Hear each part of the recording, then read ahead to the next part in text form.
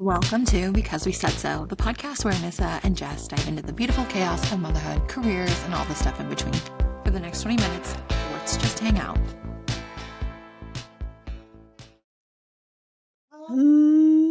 Grounding breath.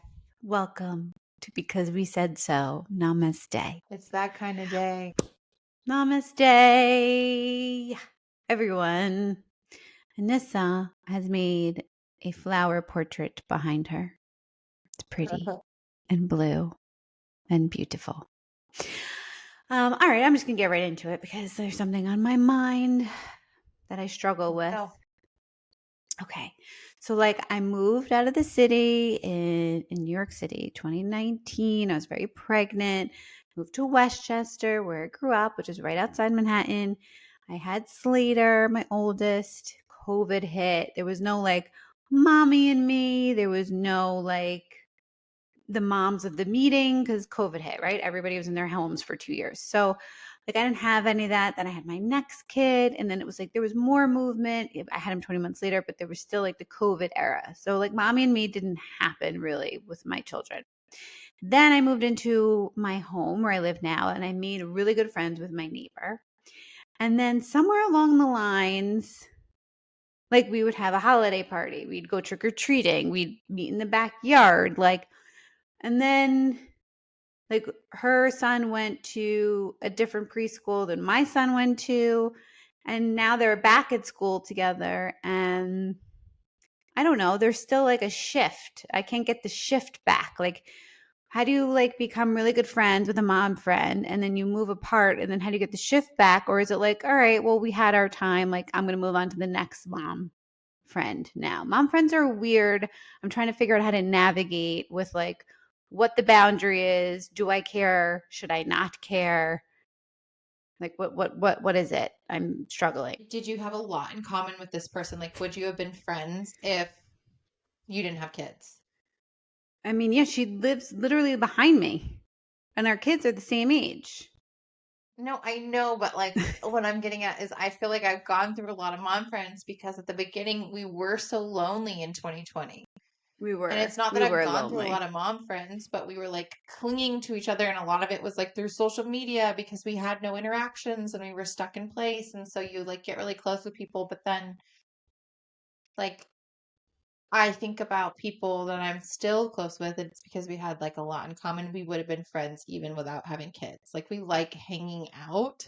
Yeah. And those are the only main core friends. And then I have the mom groups of moms from school who are necessary. You need those moms because you guys are all going through it together. And right. yeah, we all do very different jobs and have very different outlooks on life. And none of us really match, but we're a mishmash that we need each other. Yeah. But the core mom friends, I feel like you had to have a lot in common with outside of the children.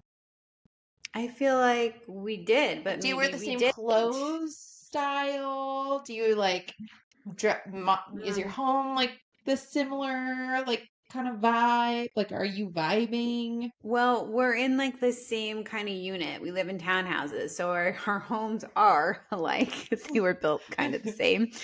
And I think that we do wear the same thing. The only thing we don't, I work from home, and she works at a school, so she wears pencil skirts, and I wear sweatpants. So that doesn't really count. Yeah. But she met this other mom who's at the same preschool as her son, and they are super close now. When I run into her at the events at school, she's with her. And she doesn't say hey, when you walking to school, we could easily just walk up. The school's up 2 blocks on a hill. We could walk up to the hill together, or we can meet at the corner. She's not reaching out. And I think I just have to be all right, she just doesn't want to. She just doesn't like me. That's very sad. How many times am I going to try? And every year we go trick-or-treating together for the past, I've lived here now 5 years. And this year, no, she said that she's going to the top of the hill to go trick-or-treating, which I'm going to end up doing anyway. But instead of saying, I'm going to go trick-or-treat at the hill, come join me, come join us, because they're all the same age. She says, I'm going to go up to the top of the hill, and then leaves it. Okay, fine. I don't know. She's and I'm why don't we just go out without the kids and just have a night together? And then she Yeah. doesn't make those plans either. Like she's very busy. Her husband works overnights. Like she has 3 kids. Like I get it, but there comes a point where it's like she's just not into me.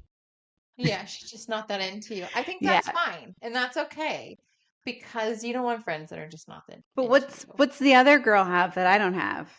That's what I want to No, it's know. not even that. It's just that they click. Like I have one mom friend from school. Like I feel bad because she's like the I didn't like stop being friends with other moms, but I just like I always ran into this girl. I always ran into her. We ran in at the sandwich shop. We ran in at the Christmas where the Santa is, and like was constantly like if like we hadn't run into each other for like 2 minutes and instead we like sat down to have lunch together, we would be best friends, but we're always passing. Yeah. And then our kids ended up at the same school and we like saw each other and we were like, oh, thank God we finally get a reason to hang out and like now we're friends. Right. We have all the reasons. And I felt like she wasn't a friend. I felt like she was like she's become a piece of like the family, but there's a disconnect that I'm missing somewhere. So weird. I'm Yeah. having a disconnect too with someone who was like a piece of the family and I don't know Yeah. why it happened, but like it was someone that helped me with the Airbnbs and she became like part of our family and like I think she went on and had like her kid had a kid so like she has a grandbaby now and I'm kind of like, "Oh, that's good. I'm so happy." But like I feel like we stopped hanging out all the time 'cause she was like sort of like my kid's like grandma for a minute and I was like everything happened so fast, I I guess. know we call her Auntie. We call her Titi. I won't say her Yeah. name, but we call her Auntie or Titi. And like I don't know. It's just weird. It's just strange to me, but I'm gonna let it go now. Gone. It'll probably come back around if you just let it go, like give it time, and maybe she's in a season of life where she's really into the lady who also wears pencil skirts, and like in a minute she's gonna be like, "No, I want to go back to my sweatpants, hang out, chill, girl." That's who she is, though. On the weekends You're like, and she doesn't after know who four she is. o'clock. I know who you are. I Anyways, know it's very hard to navigate. And then like you want to put time into effort into like even for you can't. example, like now my little one, like I am getting to know his friends' parents. And when my older one was in the threes, it was still COVID. Like so like now like everyone is together. So now I'm also on the other side of it trying to navigate like who do I want to send the messages to? Who do I want to make those meetups Oh my with? God, Because there's that too takes many work people. too. Yeah, then it Yeah. becomes like a lot of traffic, but I still want to make certain plans with people to like to build up, the friendships. And we want to have as It's adults, we want to have friends too because it's very isolating to like have these kids and then not have friends to go out with either, yeah.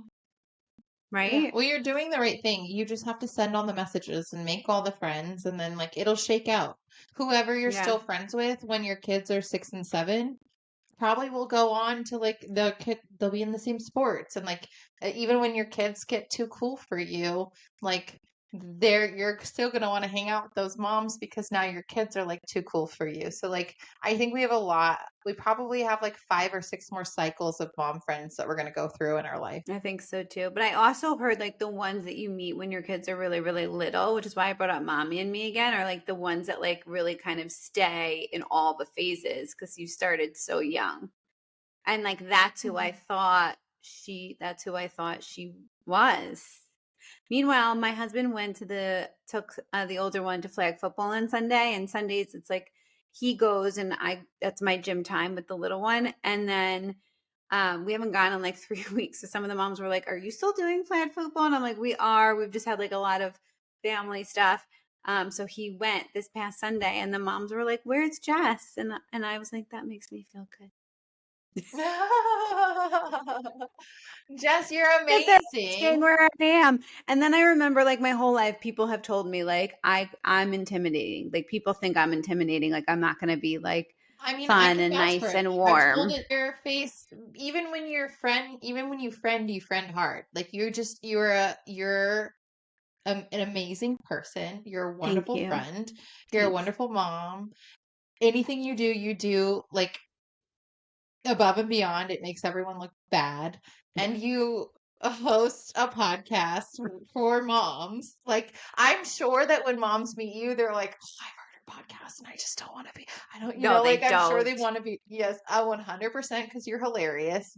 Do I have like, am I like intimidating, or do I have like resting bee face? Like, what is it? Like when you first met me, were you like, she's gonna be warm and friendly and tingly, or you're gonna be like, When she's I gonna be a first met you, bitch? I loved your dress and I loved your shoes and I was like, I think I smacked you on the butt. Like I'm not the right person to ask.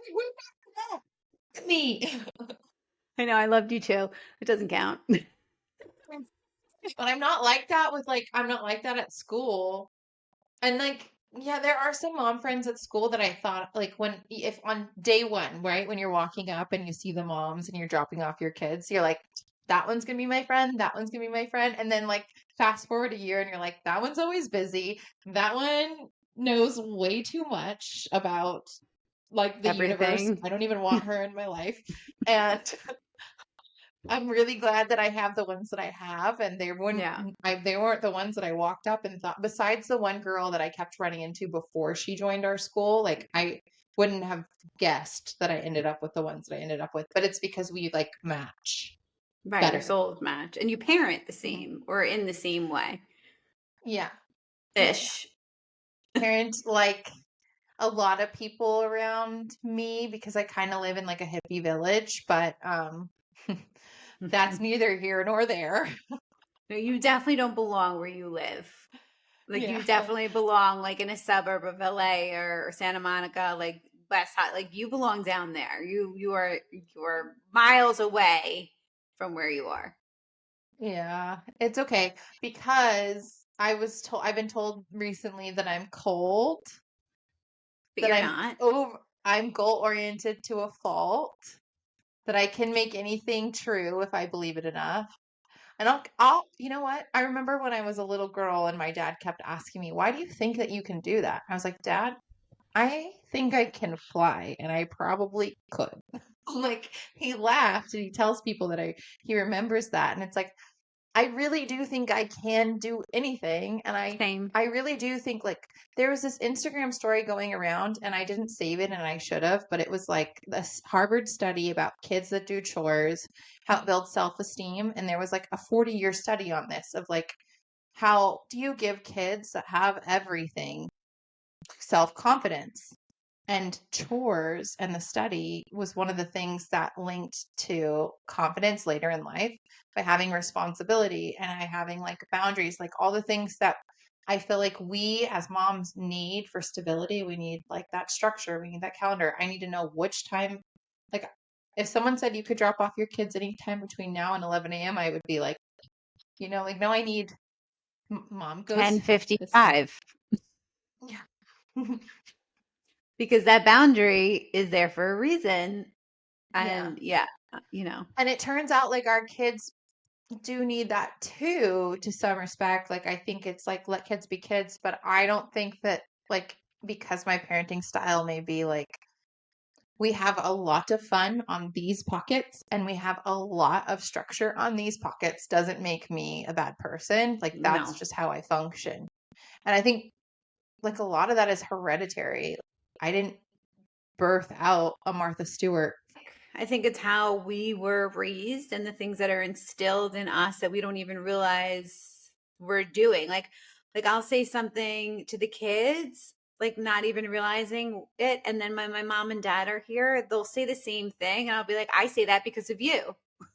Like it'd be like so dumb. Like, don't go outside without your shoes on. Like my parents would say that to me all the time. Now thinking back, and I never let my kids out of the house without their shoes on. And the minute my parents come over and he goes running out the door and it's not goes, put your shoes on or put your jacket on or put your whatever. And I remember that's what they did. They also instilled my dad worked full time. And when he came home, whatever I was doing, I had to get up and go downstairs and give him a hug and a kiss and like ask him how his day was, and if he needed help with anything, and then continue on whatever I was doing, like having dinner at 6 o'clock, all those things that we did. It's very hard to break a pattern when you're older and you don't even realize that it's a pattern until you're doing it. It's so crazy what sticks with you. And those all sound like really healthy, like patterns that probably stopped you from doing stuff that was bad. Uh, Do I you know mean, what I they're mean? just, it's good core family good core family values. But there are other things I can't think of off the top of my head right now that maybe I wouldn't agree with now. Like if Slater wants to go get the mail and socks, like go get the mail and socks. It's like choose your battles. Yeah. You know what I mean? Or it's like sometimes like I can't pick the fight because there's no rationale. It's just the way that I feel, and like it's okay that it looks a little bit different. But for somebody to tell you, just to circle back around those things that you said, that's manipulation. You can't let somebody tell you you're a bad mom or a bad parent.